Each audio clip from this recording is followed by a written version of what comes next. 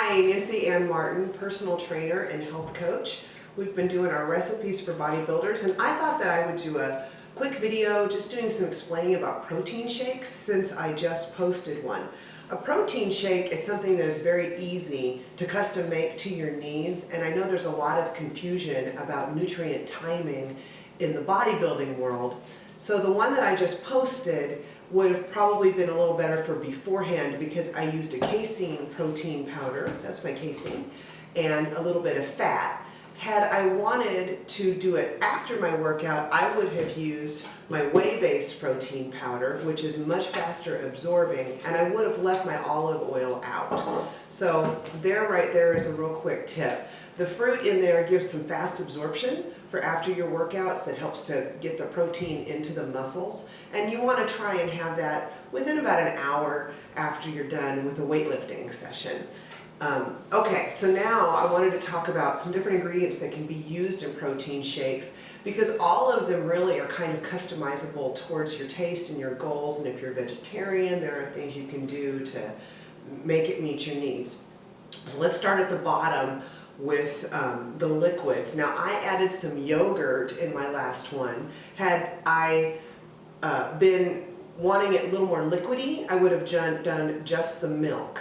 So that's something you can keep in mind. And for your milk, you can use any type that you want. You can go with soy or whey or an egg-based or a vegetarian-based. I mean, whatever works for you and whatever you like. Do keep in mind though, that the thicker your protein shake tends to mix up, the thicker it's going to be in your recipe, so the more liquid you're going to need.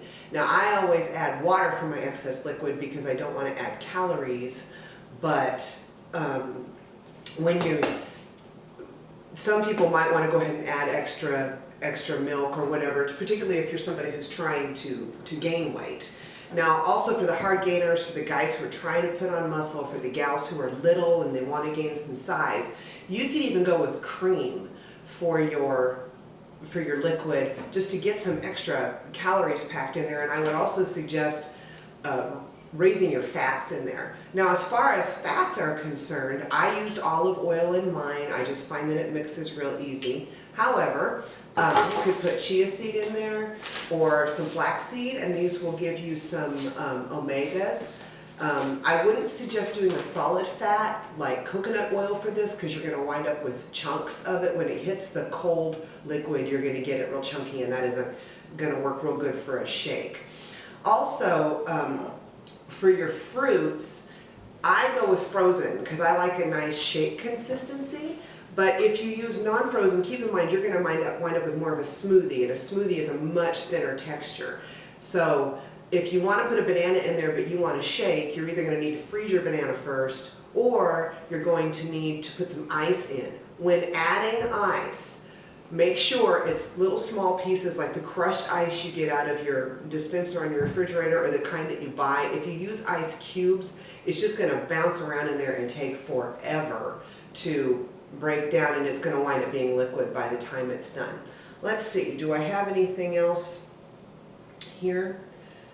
No, I think that's most of what I wanted to mention. Now again, you can customize a shake to your needs. If you are wanting it for first thing in the morning or before a workout where it's going to need to sustain you, you want to put a little bit of fat in there with your seeds or your oils. You want to go with a slower digesting protein like casein. For after your workouts, the fat will inhibit absorption. It slows digestion down, so leave that out. Go with a faster digesting protein like whey. And when you're adding your fruits, another tip, make sure they're cut in even pieces or else they'll wind up really taking forever to break down in your blender. Well, thank you very much. I hope this cleared some things up. If you have any questions, be sure and ask them below. And you can check out my links after this for more information. Thanks a bunch and have a great day.